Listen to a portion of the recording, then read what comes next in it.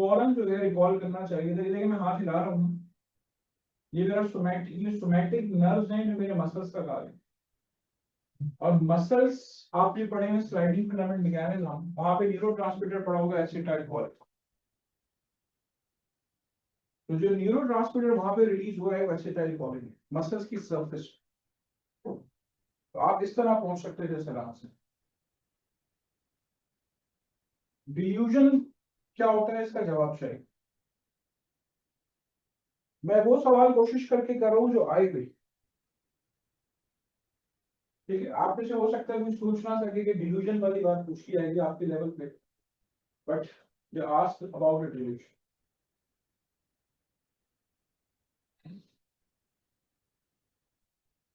सोचे, रिकॉल करें, डिल्यूजन कहाँ पड़ा है। अल्जाइमर्स में पड़ा है। अल्जाइमर्स की 3 स्टेजेस होती है, stage 1, stage 2, stage 3।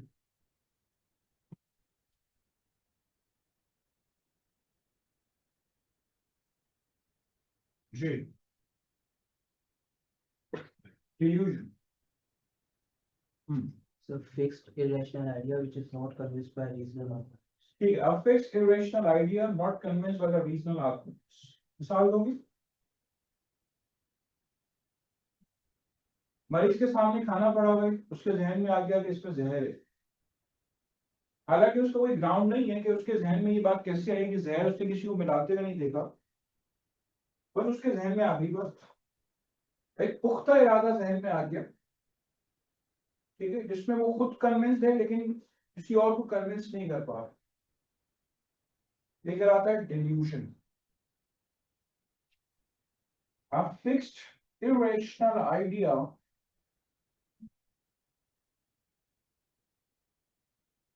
not convinced by regional arguments, जिससे वो रीजनल आर्गुमेंट से कन्विंस नहीं हो।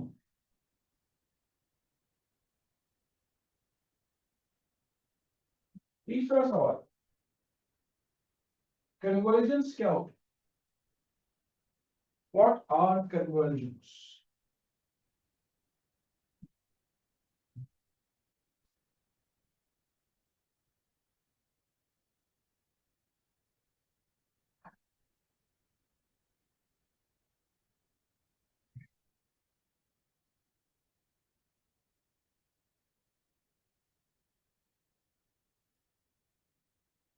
सोचे, मेरी सोचेंगे तो याद रहेगी बात।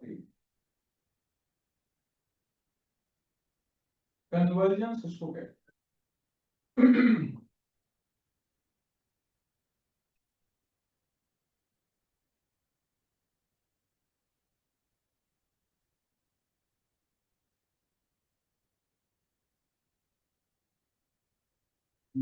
But they are caused by abnormal stimulus at the level of CNS, जिसकी वजह से brain वगैरह stuck हो जाता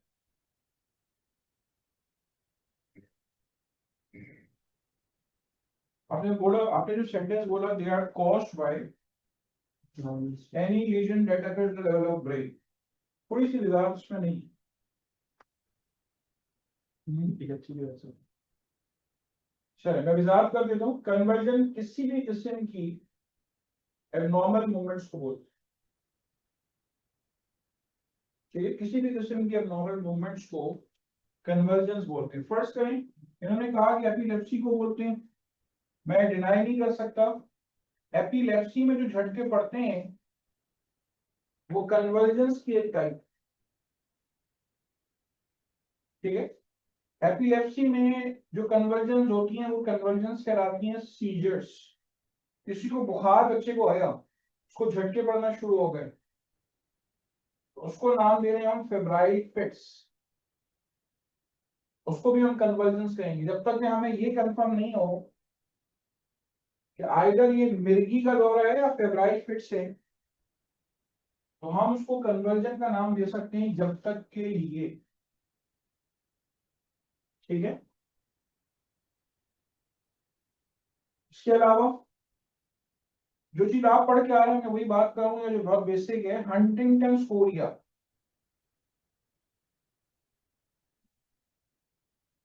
हंटिंगटन कोरिया की बीमारी में डांसिंग मूवमेंट्स आपको मिल रहे हैं।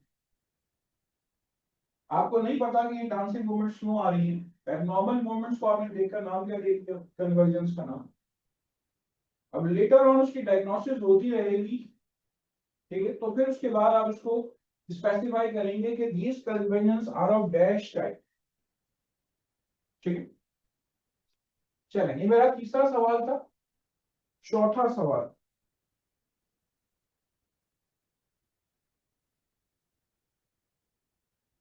चौथा सवाल है आपके पास,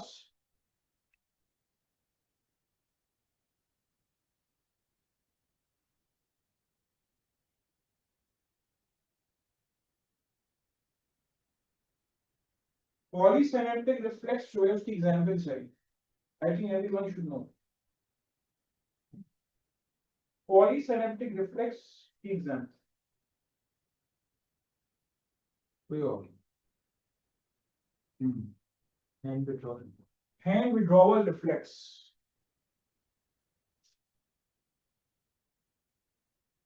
पॉलीसिनेप्टिक रिफ्लेक्स जो है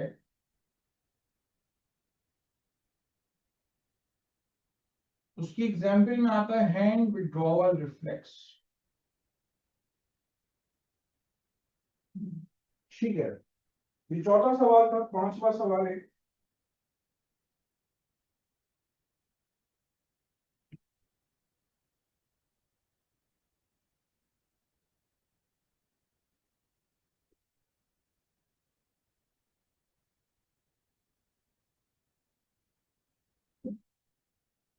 is GABA excitatory or inhibitory in nature? Inhibitory. Inhibitory. GABA gamma amino butyric acid की शॉर्ट फॉर्म है, गैमा अमाइनो ब्यूटारिक एसिड, ठीक है, उसकी शॉर्ट फॉर्म।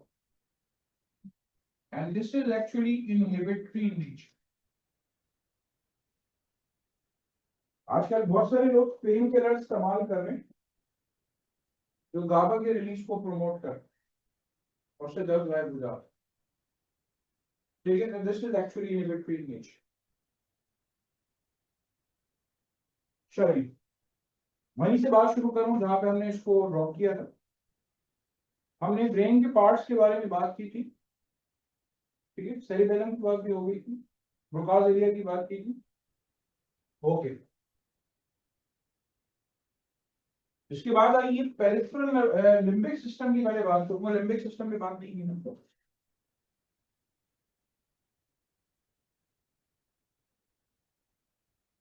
लिम्बिक का मतलब है बॉर्डर।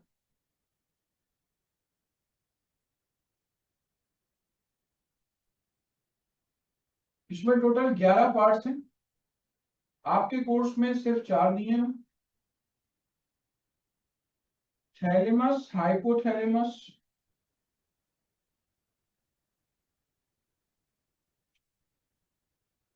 हिपोकैम्पस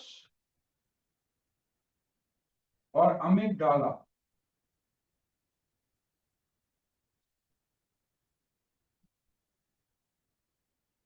ये चारों पार्ट्स ब्रेन की फंक्शनल डिवीजन में आती हैं,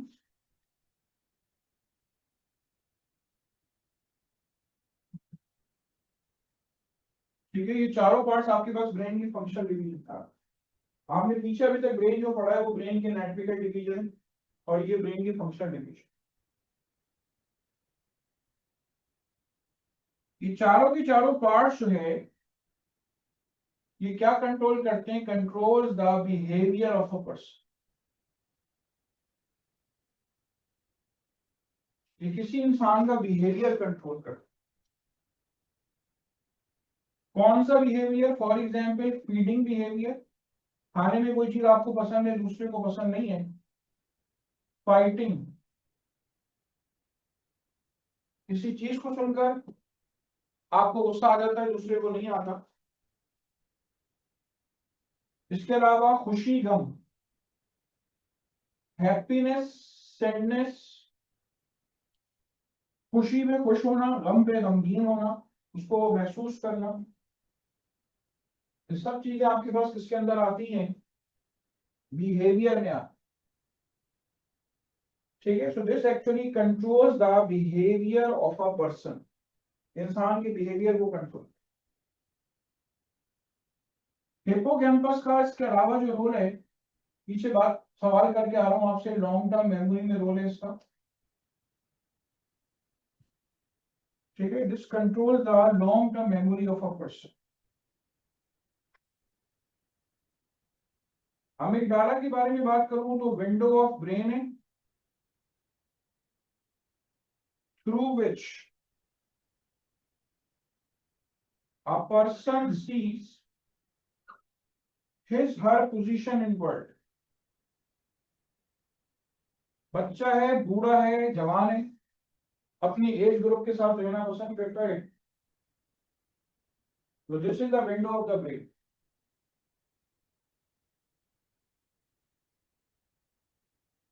ओके, हिप्पोकैम्पस और अमिगडाला आपको याद रहे, लेकिन ये अमिगडालोइड बॉडीज है, अमिगडाला है, और इसके साथ ये मौजूद है आपके पास, दिस इज हिप्पोकैम्पस और ये amygdala.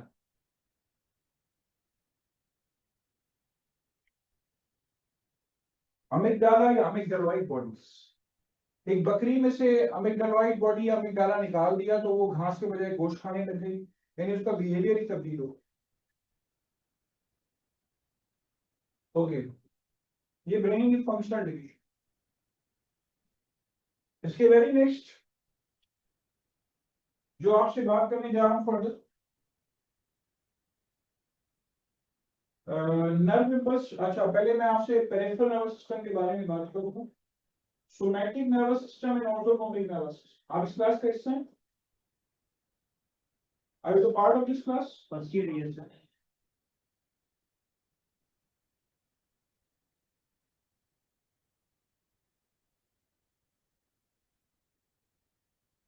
Peripheral nervous system,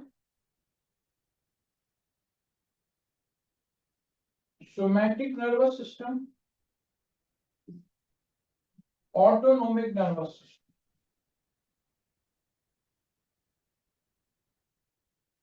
somatic nervous system they bring motor orders. ये ब्रेन से मोटर ऑर्डर्स लेकर आती हैं। और ऑटोनोमिक नर्व जो है, इसकी डिवीजन में आपको मिलेगी सिंपैथेटिक और parasympathetic. Sympathetic nervous system, parasympathetic nervous system.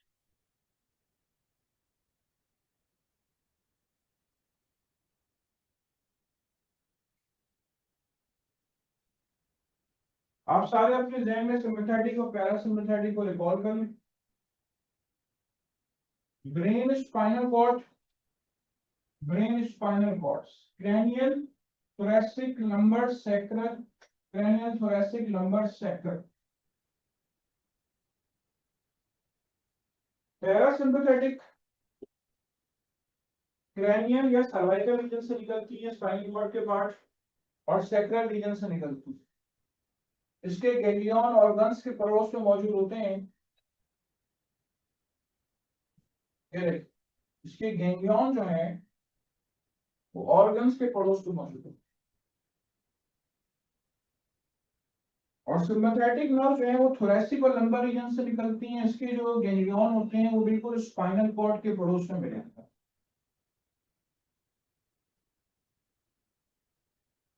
जो बात मैं कह रहा हूँ वो बहुत अच्छी समझ में आ जाए। अगर कोई सर्जन सर्जरी कर रहा है, स्टमक की सर्जरी कर रहा है फॉर एग्जाम्पल, और उसको कुछ ऐसी नर्व्स नजर आती हैं जिनके गैंग्लियन जो है ये मोटे मोटे नजर आएंगे, अलग से ठीक होंगे उसको, तो ये जो नर्व्स हैं इनको ये कॉन्फिडेंटली कह सकता है कि ये पैरासिम्पैथेटिक नर्व्स, क्योंकि ऑर्गन के पड़ोस में गैंग्लियन अगर मौजूद हो तो ये पैरासिम्पैथेटिक की निशानी है। लेकिन अगर उसको कोई नर्व ऐसी नजर आती है कि जिसमें गैंग्लियन ही नहीं, वो कॉन्फिडेंटली उसको कह सकता है कि वो सिंपैथेटिक नर्व, क्योंकि उसमें गैंग्लियन नहीं, और मोस्ट लाइकली उसके गैंग्लियन आपके पास स्पाइनल कॉर्ड के पड़ोस में। और वैसे हमारे स्टमक को कोई सोमैटिक नर्व सप्लाई तो मिलती ही नहीं है, हम अपनी मर्जी से स्टमक की मूवमेंट नहीं करा सकते। ठीक है,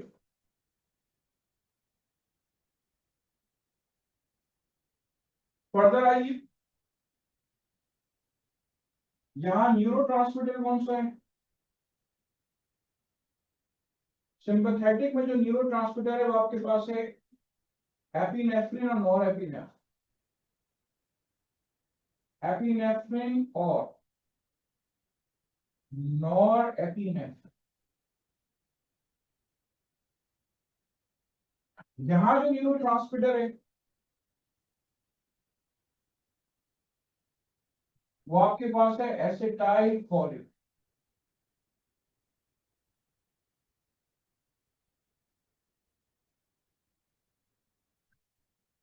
इसके अलावा सिंपैथेटिक की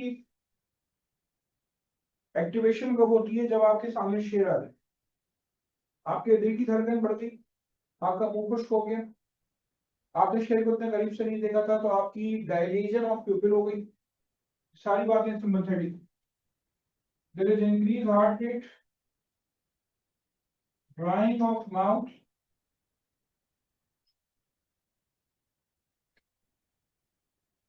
dilation of pupil, pupil dilate हो जाए,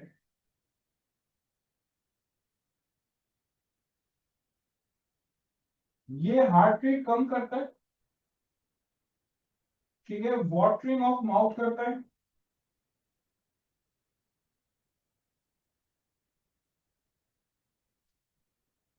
और कॉन्स्ट्रिक्शन ऑफ प्यूपिल जो है उसके लिए रिस्पॉन्सिबल होता है। ठीक है, कॉन्स्ट्रिक्शन ऑफ प्यूपिल करा।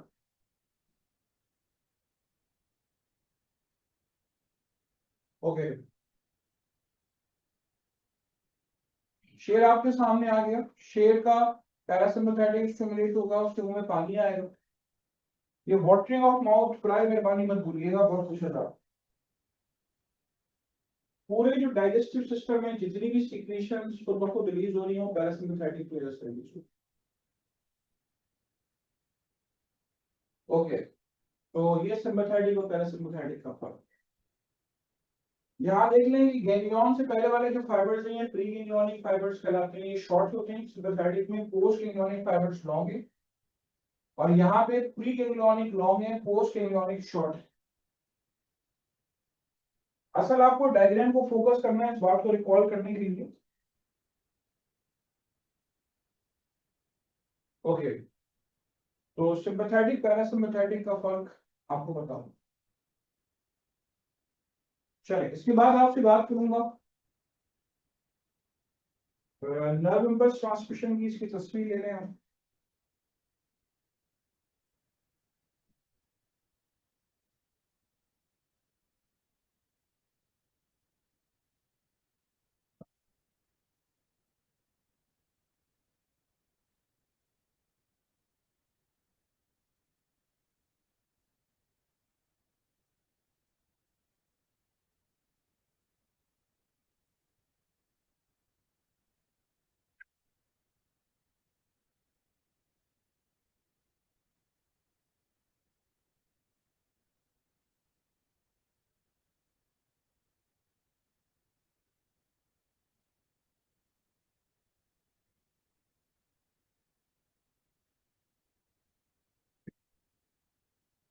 चलें, मिटा सकता हूँ।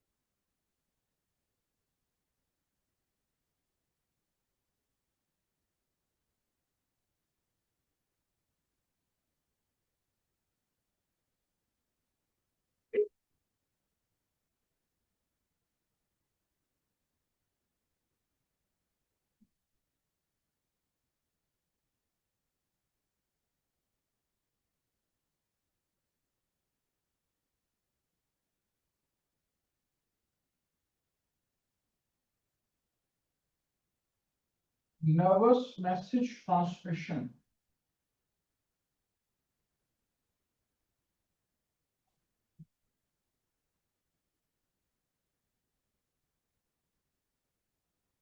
नर्व इम्पल्स ट्रांसमिशन के बारे में बात कर,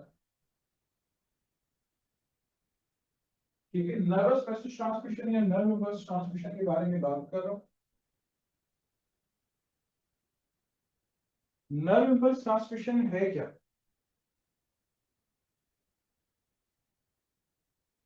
ये मेरा हाथ, जैसे कोई चीज टच हो रही है, मेरी आंखें बंद है, बता सकती हैं कोई चीज टच हो रही है, यानी यहां से मेरे दिमाग तक जो मैसेज जा रहा है वो करंट की स्पीड से जा रहा है, तो इसका मतलब हमारी बॉडी में करंट है। जो ये जो वायरिंग्स वगैरह हैं, इन तारों में जो करंट है वो वाला करंट नहीं है, वो फ्लो ऑफ इलेक्ट्रॉन्स की डेफिनेशन है। हमारी बॉडी में जो करंट है उसकी डेफिनेशन है फ्लो ऑफ आयंस, ठीक है। तो फ्लो ऑफ आयंस की शक्ल में हमारी बॉडी के अंदर करंट दौड़ रहा है।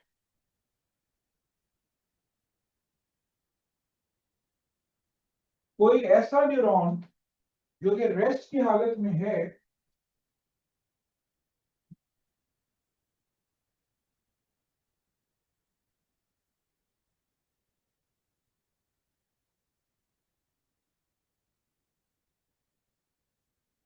कोई ऐसा न्यूरॉन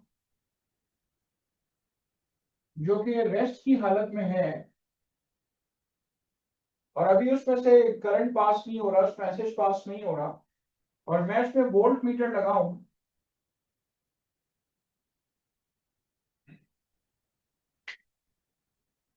तो फॉर इंस्टेंस मैं जिस न्यूरॉन की बात कर रहा हूं, मुझे वो वैल्यू दे रहा है 70 मिली वोल्ट्स। माइनस साइन मैंने अपने पास से लगाई, ये वैल्यू क्या कहलाएगी? ये वैल्यू कहलाएगी रेस्टिंग मेम्ब्रेन पोटेंशियल, ठीक है। This is known as resting membrane potential, state of a nerve cell membrane when it is not transmitting signals or in the state of rest। कोई ऐसा न्यूरॉन जिसमें अभी मैसेज ट्रांसमिट नहीं हो रहा है, रेस्ट की हालत में है, तो उसको हम नाम देते हैं resting membrane potential. Minus sign indicate कर रही है there is more negativity inside, more negativity inside compare to outside. अंदर नेगेटिविटी ज्यादा है बाहर के मुकाबले।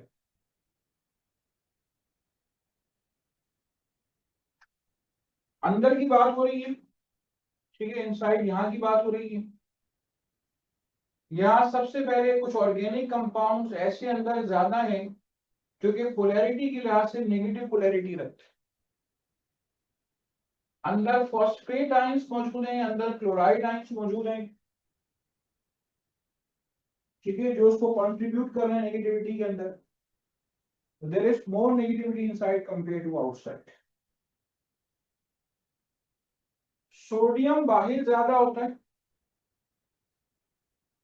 ठीक है, सोडियम बाहर ज्यादा है और पोटाशियम अंदर ज्यादा है, ठीक है, पोटाशियम अंदर ज्यादा है। और एक बात से, सोडियम की इलेक्ट्रोनेगेटिविटी कितनी है?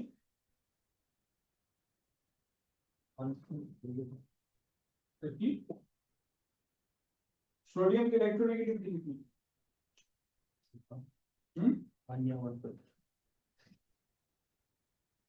आप तो खैर जोर से ही बोल रहे होंगे, मेरे कान काम नहीं कर रहे, थोड़ा और जोर से बोलो। 1.2।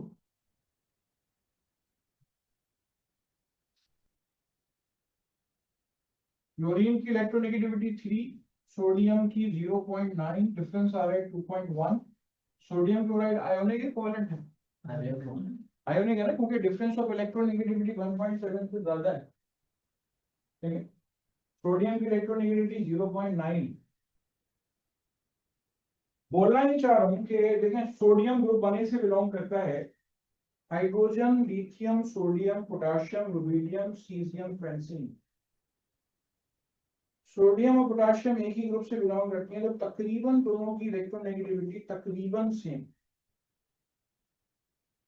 ठीक है, 0.9 सोडियम की है, पोटाशियम की तकरीबन 0.8 है, करीब करीब सेम है। इस गहराई में जाके बताना ही चाहता हूँ कि जो ऑप्शन आपको मिले होते हैं वहां पे, तो स्टूडेंट उसको देखकर पजल्ड हो जाते हैं। समझते हैं कि सोडियम और पोटाशियम की इलेक्ट्रोनेगेटिविटी का कोई बहुत बड़ा फर्क है, इस वजह से आपके पास अंदर नेगेटिविटी ज्यादा है, ये रीजन नहीं। रीजन आपको बता दिया कि अंदर पोलैरिटी के लिहाज से नेगेटिव पोलर ऑर्गेनिक कंपाउंड अंदर ज्यादा होते हैं, इस वजह से अंदर इलेक्ट्रोनेगेटिविटी आपको ज्यादा मिलेगी। ओके, सोडियम बाहर ज्यादा है, पोटाशियम अंदर ज्यादा है। ठीक, in the state of rest.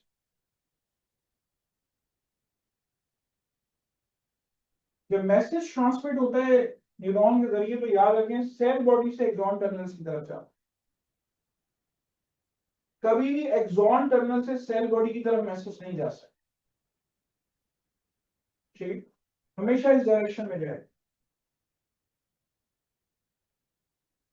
Action potential इतने हिस्से में पहले जनरेट होगा, फिर उससे अगले हिस्से में, फिर उससे अगले हिस्से में, फिर उससे अगले हिस्से में, करते करते आपके पास ये मैसेज कहां तक पहुंच जाएगा, करते करते ये मैसेज जो है वो एक्सॉन टर्मिनल्स तक पहुंच जाएगा। ठीक है, तो इस तरह से क्या हुआ, इस तरह से आपके पास ये मैसेज यहां से यहां पे जाए। एक्शन पोटेंशियल के दो स्टेप्स हैं।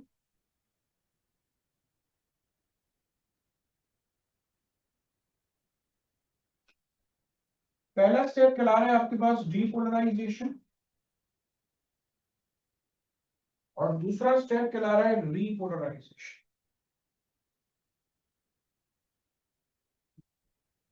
ठीक है, इस चीज को समझने के लिए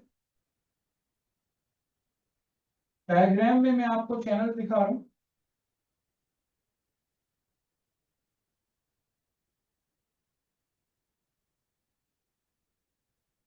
ये मैंने न्यूरोलेमा बनाई है।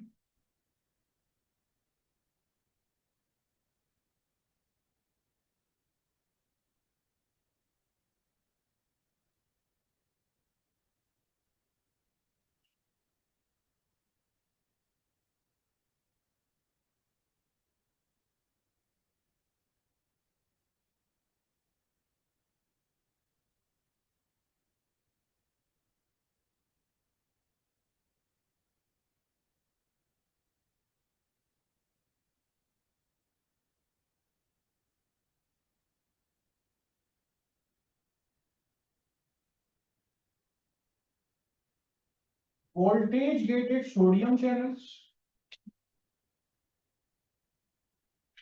वोल्टेज गेटेड पोटाशियम चैनल्स, और sodium potassium counter transport channel protein.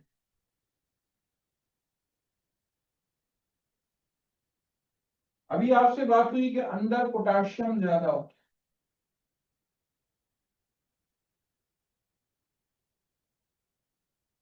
और बाहर सोडियम ज्यादा होता है।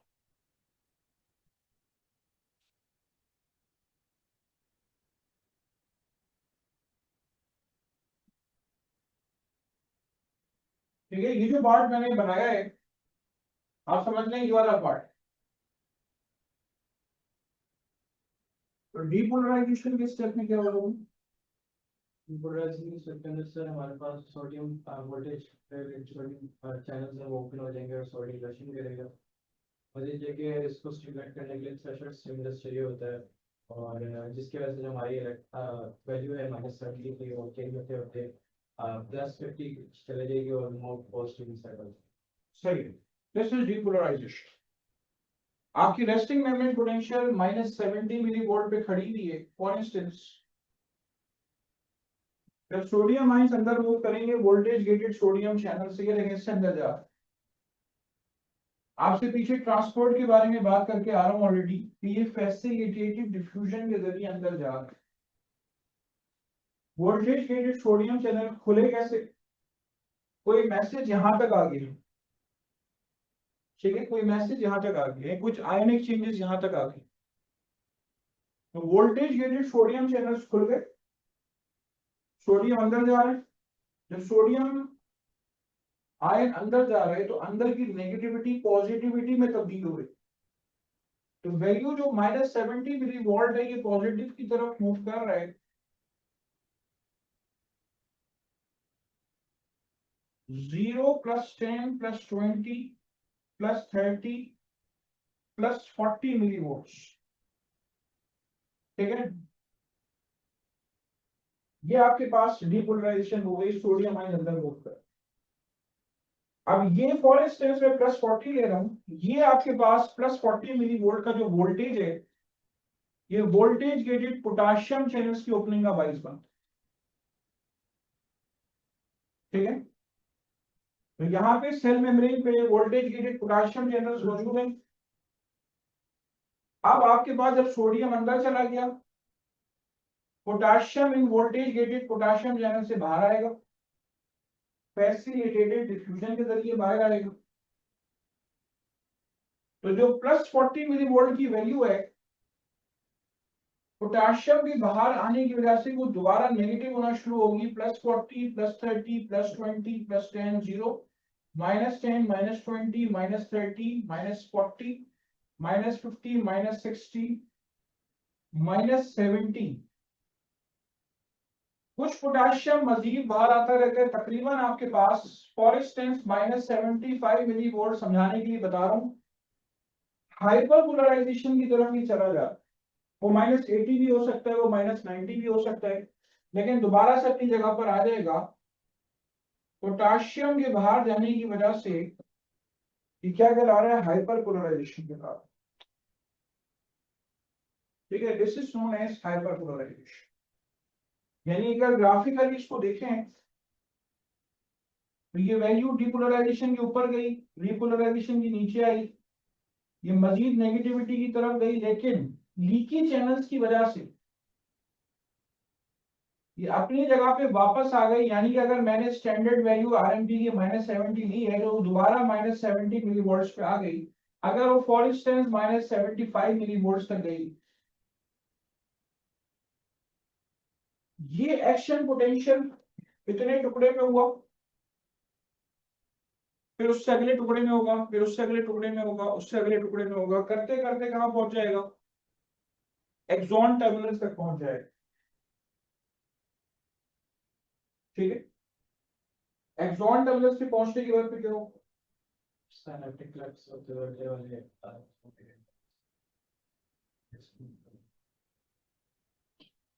सोच लो।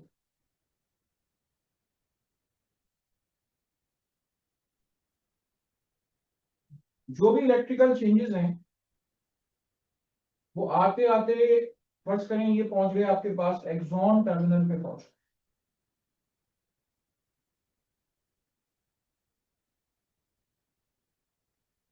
ये अगला न्यूरॉन है, ठीक है, उसका डेंड्राइट हो सकता है, उसकी सेल बॉडी हो सकती है। केमिकल मैसेंजर फॉर्म करा तो कर जाएगा अगले वाली कंपनी।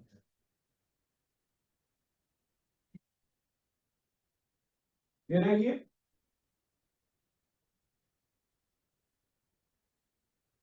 दीपक की क्या है,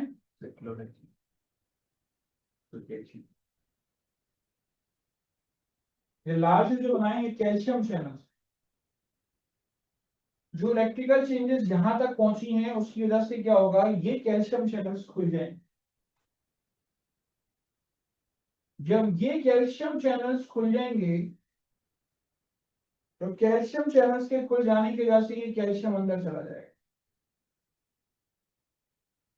ठीक है, कैल्शियम अंदर चला जाएगा। उसके अंदर जाने से क्या होगा, उसके अंदर जाने से अंदर पहले से भरे हुए न्यूरोट्रांसमीटर भरे हुए वेसिकल्स मौजूद हैं, वो अनस्टेबल हो जाएंगे and they are about to burst, फटने वाले हैं। फटने जैसे होंगे, कोने में आएंगे और अपना न्यूरोट्रांसमीटर बाहर फेंक देंगे। फॉर इंस्टेंस ये आपके पास पोस्ट साइनेप्टिक मेम्ब्रेन है, इस पे रिसेप्टर्स मौजूद हैं, न्यूरोट्रांसमीटर आकर इससे जुड़ता है। ठीक है, न्यूरोट्रांसमीटर फॉर एग्जांपल है आपके पास एसिटाइल कोलिन। न्यूरोट्रांसमीटर जो है वो पोस्ट साइनेप्टिक मेम्ब्रेन से जाके जुड़ता है, और इससे क्या होगा आपके पास, फॉर इंस्टेंस इसके अंदर अगर गेट्स खुलते हैं, इसको थोड़ा बड़ा करके बना रहा हूं कि इसमें गेट्स खुल जाते हैं, सोडियम आयन अंदर मूव करते हैं, ये न्यूरोट्रांसमीटर आके इससे जुड़ा, इस न्यूरोट्रांसमीटर का असर खत्म कर देगा कौन, एसिटाइल कोलिनेस्टरेज। ये एसिटाइल कोलिन है, इसका असर खत्म करने के लिए यहाँ पे एक और केमिकल रिलीज होगा, एसिटाइल कोलिनेस्टरेज, जिसको तोड़ देगा एसिटेट और कॉलिन के। ठीक है, तो ये टूट गया है, एसिटेट अलग हो गया, कॉलिन अलग हो गया। This is known as synaptic transmission. ठीक है, ये सारी ट्रांसमिशन करा दी है साइनेप्टिक ट्रांसमिशन। इस पर लेबलिंग भी आपको पता हो, this is known as presynaptic membrane, this is known as postsynaptic membrane. ये पूरा रीजन जो है ये साइनेप्स है। ठीक है, so this is known as synaptic transmission. यहाँ पे न्यूरोट्रांसमीटर अगर एपिनेफ्रिन होता तो वो ब्रेक नहीं होता, वो वापस फेगोसाइटोसिस के जरिए अंदर दोबारा ले लिया जाता। एसिटाइल कोलिन का इसलिए ब्रेक हो। आपके जहन में आ रहा होगा सर आपने इसकी अभी तक बात नहीं की। होता ये कि जब एक्शन पोटेंशियल हो जाता है, अपनी जगह पे सोडियम और पोटेशियम को वापस आना हो। मैंने इसमें चेंजेस मिटा के दिखाई इसलिए नहीं क्योंकि आपने अभी डायग्राम की फोटो नहीं ली थी। असल में होगा क्या कि यहाँ पे बाहर आपके पास पड़ा हुआ होगा पोटेशियम मेम्ब्रेन के, और अंदर सोडियम पड़ा हुआ है, इनको अपनी जगह पे वापस आना है। तो ये वापस कैसे आ सकते हैं,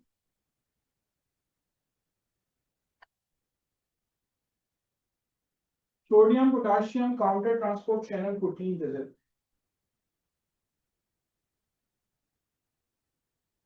this is sodium potassium counter transport channel protein. मैं लेबलिंग कर रहा हूं, voltage gated sodium channel, and this is voltage gated potassium channel.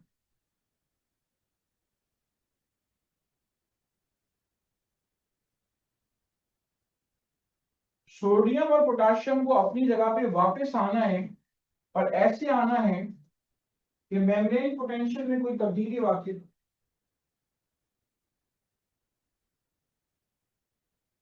ठीक है, मेम्ब्रेन पोटेंशियल में कोई तब्दीली वाकई, 3 sodium 2 potassium at a time इस गेट से अपनी जगह पे वापस आएंगे।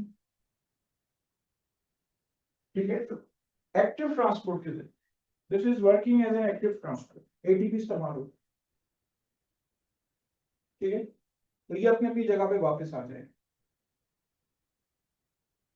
So this is known as what? This is known as nerve impulse transmission. Nerve impulse transmission made of myelinated or unmyelinated? ये जो मैंने पूरी nerve impulse transmission बताई है, myelinated की बताई है, unmyelinated? Unmyelinated। myelinated में क्या होगा भाई? Good. Solitary conduction। उसमें नोड्स ऑफ रेनियर मौजूद होते हैं, माइलिन शीट जहाँ पे एंडोरी होती है, तो वहां पे जो सिर्फ नोड्स ऑफ रेनियर वाले रीजन पे डीपोलराइजेशन होती है, तो सिर्फ उन जगहों पे जब डीपोलराइजेशन होगी तो मैसेज एक जंपिंग मैनर में ट्रांसफर करेगा, उसको हम सॉल्टेटरी कंडक्शन कहते हैं। ठीक है, मैं चाहूंगा कि आप अपने हाथ से नोट कर लें जो टॉपिक है, इंस्पायर्ड कि आप उसकी तस्वीर लें, उसको नोट करके आएं।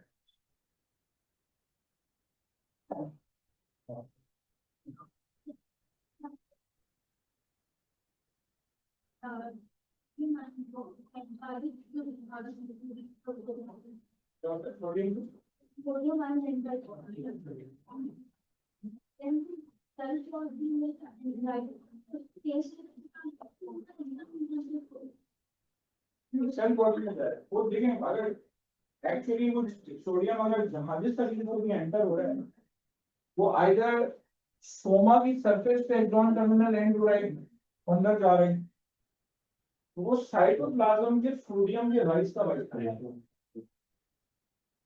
जब साइटोप्लाज्म के सोडियम के राइज का बाइस बन रहे हैं, तो हम अब वो साइटोप्लाज्म में जब बढ़ रहा है तो वो मैसेज खुद ब खुद आपके पास समझ रहे हैं कि वो इस एक्सॉन हिलॉक वाले रीजन में आपके पास मैसेज पहुंच गया। जब साइटोप्लाज्म में सोडियम बढ़ रहा है तो इसका मतलब ये है कि आपको this is responsible for depolarisation of voltage needed sodium channel opening का वाइस बने।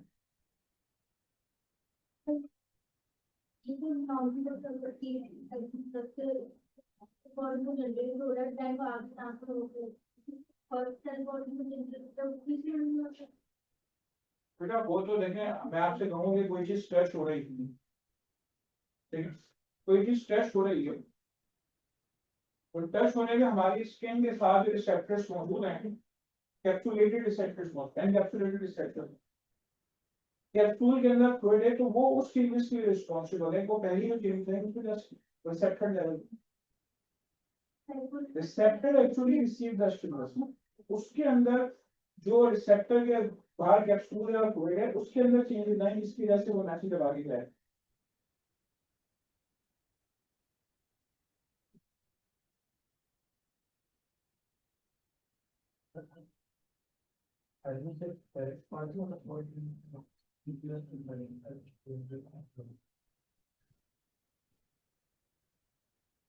मैं सवाल मैं इसका अच्छा हूँ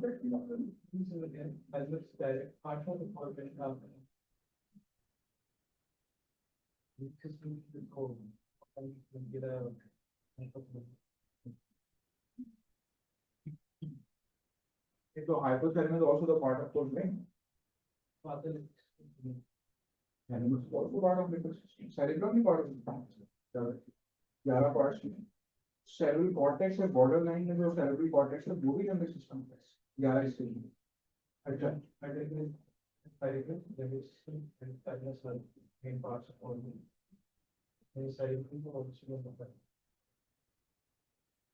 limbic system is the functional division. आप फेडरल की किताब देख रहे हैं तो उसके अंदर कह रहे हैं, आपको मेडिकल की किताब देख रहे हैं तो उसमें आपको फंक्शनल डिवीजन बहुत आराम से क्लियर मिल जाएगा। The limbic system is actually the functional division of brain. It's the borderline structure.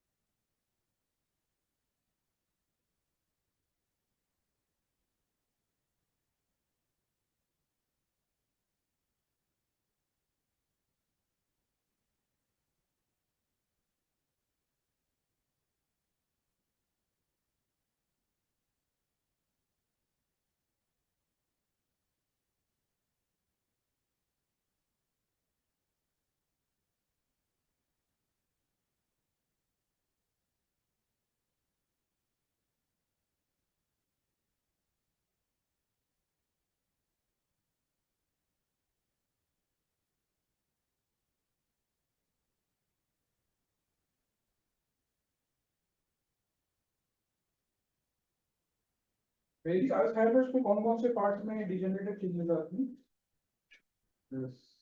Cerebral cortex और हिप्पोकैम्पस। ठीक है, सेरेब्रल कॉर्टेक्स और हिप्पोकैम्पस में डिजेनरेटिव चेंजेस अल्जाइमर्स में। पार्किंसंस में किसमें आती है? बेसल गैंग्लिया और सब्सटेंशिया नाइग्रा और बेसल गैंग्लिया। ठीक।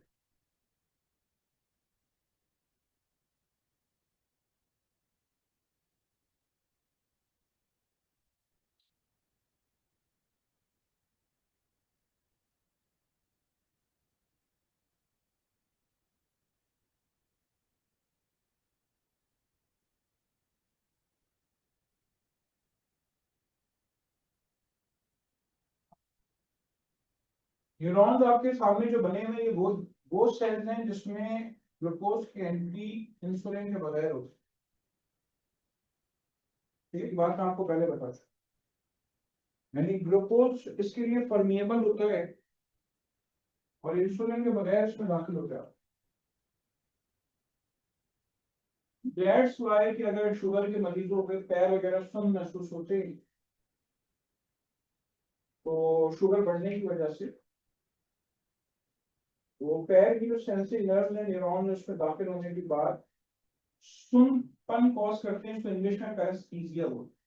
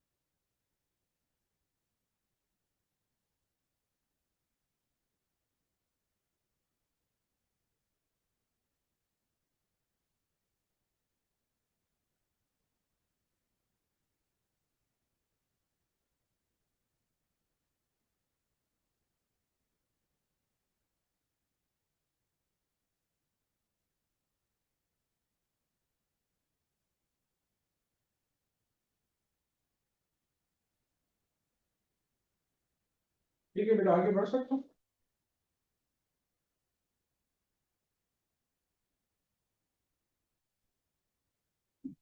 तो सॉर्टेड कंडक्शन वाली बात एक रिकॉल कर दूं।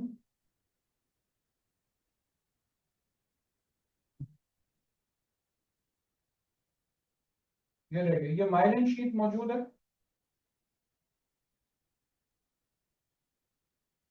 ये माइलिन शीट सेल कौन सा सेल बनाता है? सर सेम इसमें ऑलिगोडेंड्रोसाइट्स और पेरिफेरल नर्वस सिस्टम में Schwann cells. Schwann cell.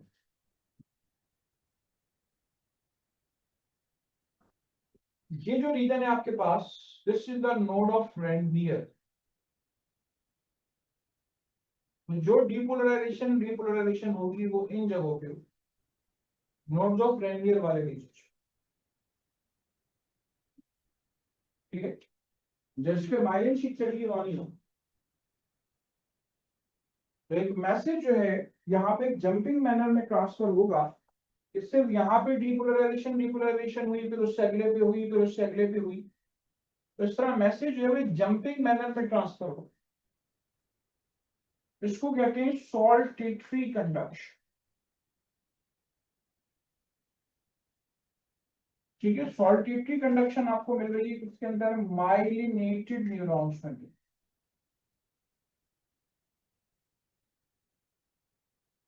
Unmyelinated में नॉर्मल ट्रांसमिशन हो। आपको पता है माइलिनेटेड न्यूरॉन फास्ट स्पीड से मैसेज करने। चलिए, अच्छा यहां पर आपने क्या देखा? इस छोटे से रीजन में एसिटाइल कोलिन रिलीज हो। अगर आप यहीं पर टेक्टस को रिकॉल कर लें, कि टेक्टस में क्या होता है कि जो क्लॉस्ट्राइडियम टेक्नाई वाले बैक्टीरिया होते हैं, वो मुसलसल यहाँ से मोटर न्यूरॉन्स को ट्रिगर कर रहे हैं। तो उससे क्या होता है, यहाँ से एसिटाइल कोलिन रिलीज होता है, उसको ब्रेक कर दिया जाता है, फिर रिलीज हो जाता है, फिर ब्रेक कर दिया जाता है, फिर रिलीज होता है। तभी टेटनस का जो मरीज है उसके अंदर मसल रिलैक्स स्टेट में नहीं जाता। ठीक है, कंटिन्यूअस स्टेट ऑफ कॉन्ट्रैक्शन में ही रहते। ठीक है, और रिलैक्स मोड में वो नहीं जाता। ओके, फर्दर ये देखिए, ये मसल सेल मेम्ब्रेन है, और मसल सेल मेम्ब्रेन जो है इसकी सरफेस पे ये एसिटाइल कोलिन रिसेप्टर मौजूद है। ऐसी कुछ बीमारियां हैं कि जिसमें इन रिसेप्टर्स के खिलाफ एंटीबॉडीज बन जाती। एंटीबॉडीज बनाने वाले सेल्स कौन से हैं? पीछे बढ़कर आ रहे हैं, डी लिम्फोसाइट्स। ठीक है, एंटीबॉडीज इन रिसेप्टर्स के खिलाफ बनेगी, उससे अटैच हो जाएंगी। ठीक है, मायस्थीनिया ग्रेविस एक बीमारी है, उसमें ऐसा होता है कि रिसेप्टर्स के खिलाफ एंटीबॉडी, एसिटाइल कोलिन रिसेप्टर्स के खिलाफ एंटीबॉडीज। चलेंगे, और इसके अलावा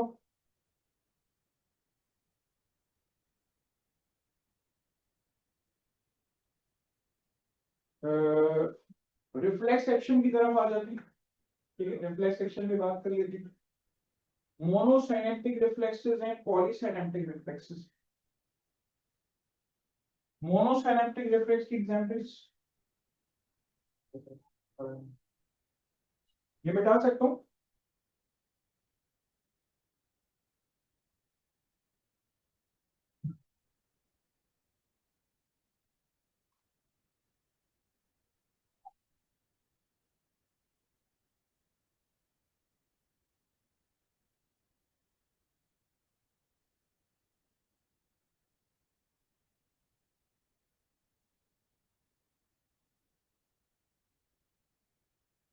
sensory neuron directly in contact with motor neuron.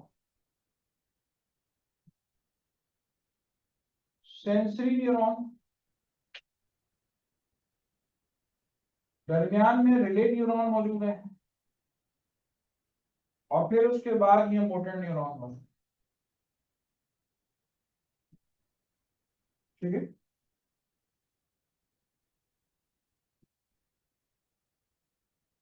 Sensory motor. अब यहां से इसके रास्ते में सिर्फ एक साइनेप्स आ रहा है। एक वो बच्चा जो कुर्सी पे बैठा हुआ है पैर लटका के, ठीक है, ये पैर लटका के बैठा हुआ है, ये देखें, ये इसका क्वाड्रिसेप्स फीमोरिस मसल है, जहां पे इसकी हैमर मारी गई इस जगह पे, इसकी मर्जी के बगैर पैर आगे बढ़े, ठीक है। जब यहाँ पे हैमर मारी गई तो यहाँ से सेंसरी रिसेप्टर्स मौजूद हैं, सेंसरी रिसेप्टर्स के बाद सेंसरी न्यूरॉन्स मौजूद हैं, वो मोटर न्यूरॉन्स को कनेक्ट होते हैं, मोटर न्यूरॉन इस मसल को कॉन्ट्रैक्ट करते हैं, तो क्या होता है कि पैर आगे होता है।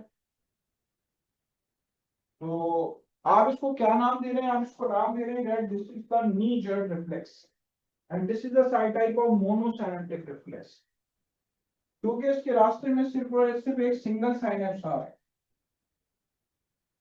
ठीक है, there is single synapse in the वे।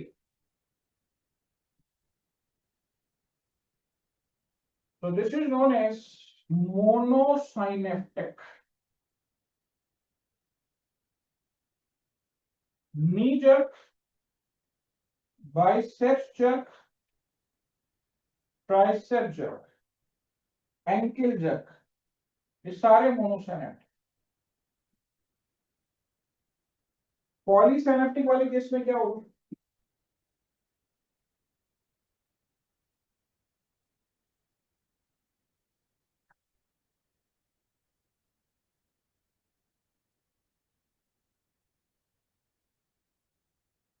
ये मसल्स मौजूद हैं,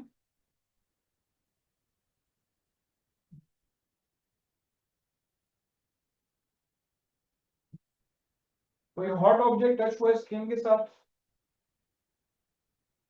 ठीक है, सेंसरी न्यूरॉन्स मैसेज लेकर आए, दरमियान में रिले न्यूरॉन्स मौजूद हैं, ये देखेंगे कितने ढेर सारे साइनेप्सिस मौजूद हैं। अगर हम तस्वीर करें कि सिर्फ एक इंटर न्यूरॉन पे मौजूद है तो एक से ज्यादा साइनेप्सिस मिलेंगे, ये मोटर न्यूरॉन है, मोटर न्यूरॉन एंड हो रहा है किसके ऊपर, मसल्स पे एंड, दरमियान में अगर कई साइनेप्सिस मौजूद हैं तो this is known as पॉलीसाइनेप्टिक।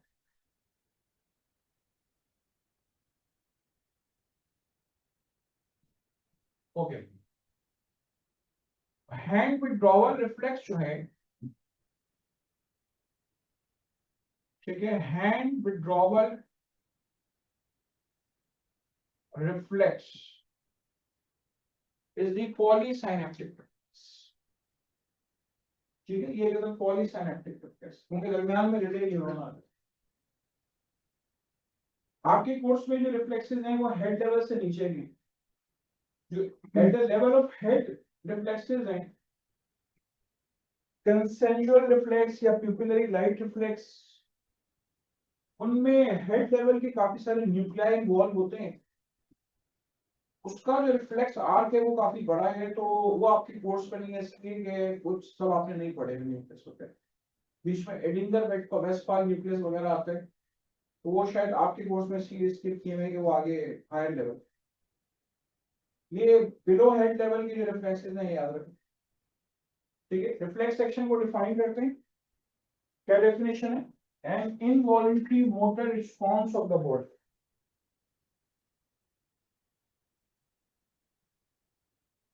reflex action,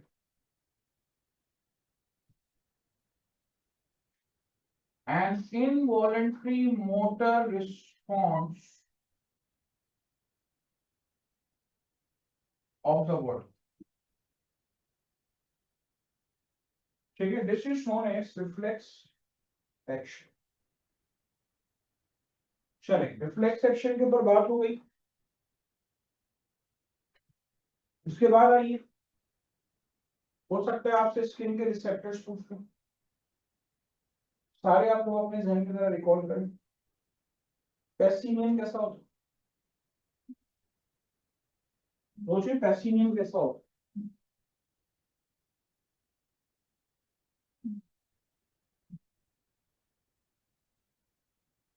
ये मिटा सकता हूँ,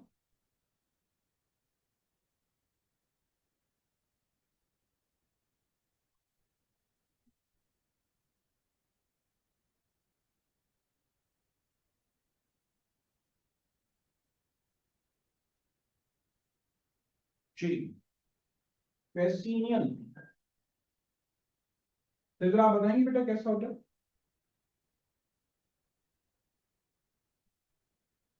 स्लाइस्ड अनियन लाइक अपीयरेंस।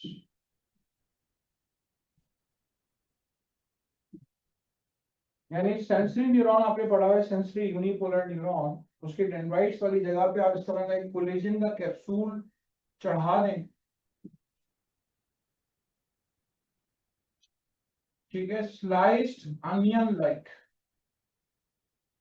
कटे हुए प्याज जैसी अपीयरेंस आपको उसकी मिलेगी। तो this is the पेसिनियन corpus.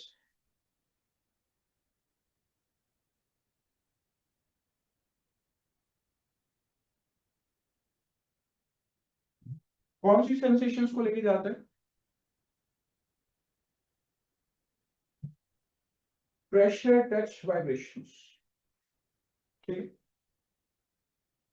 Pressure, touch, vibrations.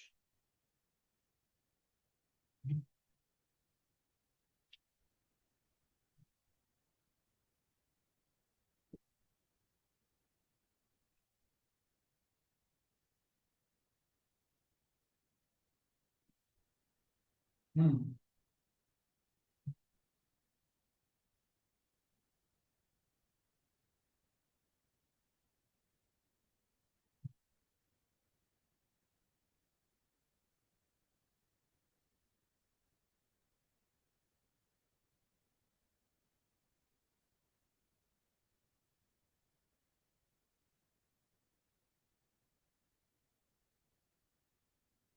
ये कौन सा बनाया मैंने कि पॉइंट आउट करें?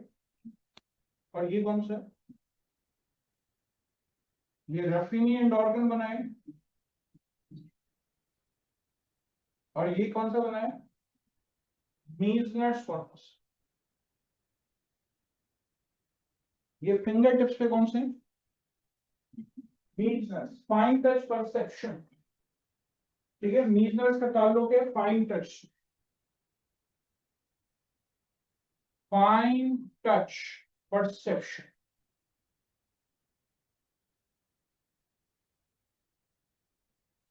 रफीनी end organ, Ruffini end organ का खास तौर पे काम जो है वो टेम्परेचर। ठीक है, लेकिन इसके अलावा आपके पास टच भी है। आपकी किताब में टेम्परेचर आपको लिखा हुआ नहीं मिलता। चले, इसके अलावा ये पेसिनियन, मीजनर्स, रफीनी एंड ऑर्गन। ठीक है, कर लें इसको, नोट कर।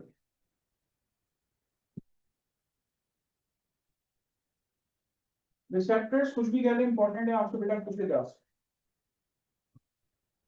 ज्यादा नहीं है।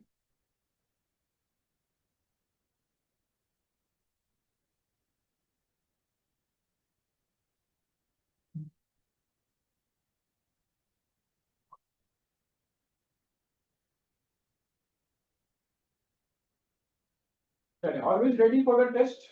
ठीक है,